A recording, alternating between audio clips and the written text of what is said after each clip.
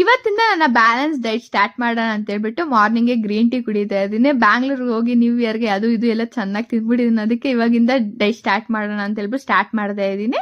ಬೆಳಿಗ್ಗೆ ರಾಗಿ ದೋಸೆ ಚಟ್ನಿ ಇತ್ತು ತಿಂತಾ ಇದ್ದೀನಿ. ತುಂಬಾ ಚೆನ್ನಾಗಿರುತ್ತೆ ಬ್ರೇಕ್ಫಾಸ್ಟ್ಗಂತೂ. ಲಂಚ್ಗೆ ಪಲ್ಯ, ಬೇಳೆ ಸಾರು, ಅನ್ನ, ಕುಕ್ಕುಂಬರ್ ಇಟ್ಕೊಂಡಿದ್ದೀನಿ. ನಾವು ಡೈಟ್ ಮಾಡೋದೇನೋ ಹೆಲ್ದಿಯಾಗಿ ತಿಂತೀವಿ, ಯಾಕಂದ್ರೆ ಡೈಟ್ ಮಾಡಿಲ್ಲ ಅಂದ್ರೆ ನಾವು ಆ ಜಂಕ್ ಎಲ್ಲ ತಿನ್ಬಿಡ್ತೀವಿ. ಅದಕ್ಕೆ ಮೈನ್ ನಾನು ಬ್ಯಾಲೆನ್ಸ್ ಡೈಟ್ ಮಾಡೋದು, ಹೆಲ್ದಿಯಾಗಿ ತಿಂತೀನಿ ಅಂತ ಹೇಳ್ಬಿಟ್ಟು ಮೋಸ್ಟಾಗಿ ಆಮ್ಲೆಟ್ ವಿತ್ ರೈಸ್ ತಿನ್ನಿಸ್ತಾ ಇದ್ದೀನಿ. ಈ ತರ ಕ್ರೇವಿಂಗ್ಸ್ ತಟ್ಕೊಳಕ್ಕಾಗದೆ ಈ ತರ ಬನಾನಾ ಮಫಿನ್ಸ್ ಮಾಡಿದೆ.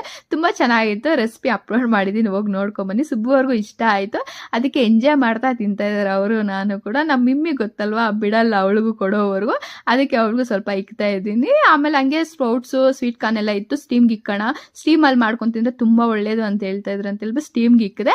ತುಂಬಾ ಟೈಮ್ ತಗೊಂತ ಅದು ಕುಕ್ ಆಗೋದಕ್ಕೆ. ನನಗೆ ಪೇಷನ್ಸ್ ಇಲ್ದಿರ ಆಗೋಯ್ತು. ಪಾತ್ರೆಯಲ್ಲಿ ಕುಕ್ಕರಲ್ಲಿ ಇಕ್ಕಿದ್ರೆ ಈ ಪಾಟ್ ಬೇಗ ಆಗೋಗ್ತಿತ್ತು. ಟೇಸ್ಟ್ ಮಾತ್ರ ತುಂಬಾ ಚೆನ್ನಾಗಿತ್ತು. ಅಷ್ಟೇ ವಿಡಿಯೋ. Next video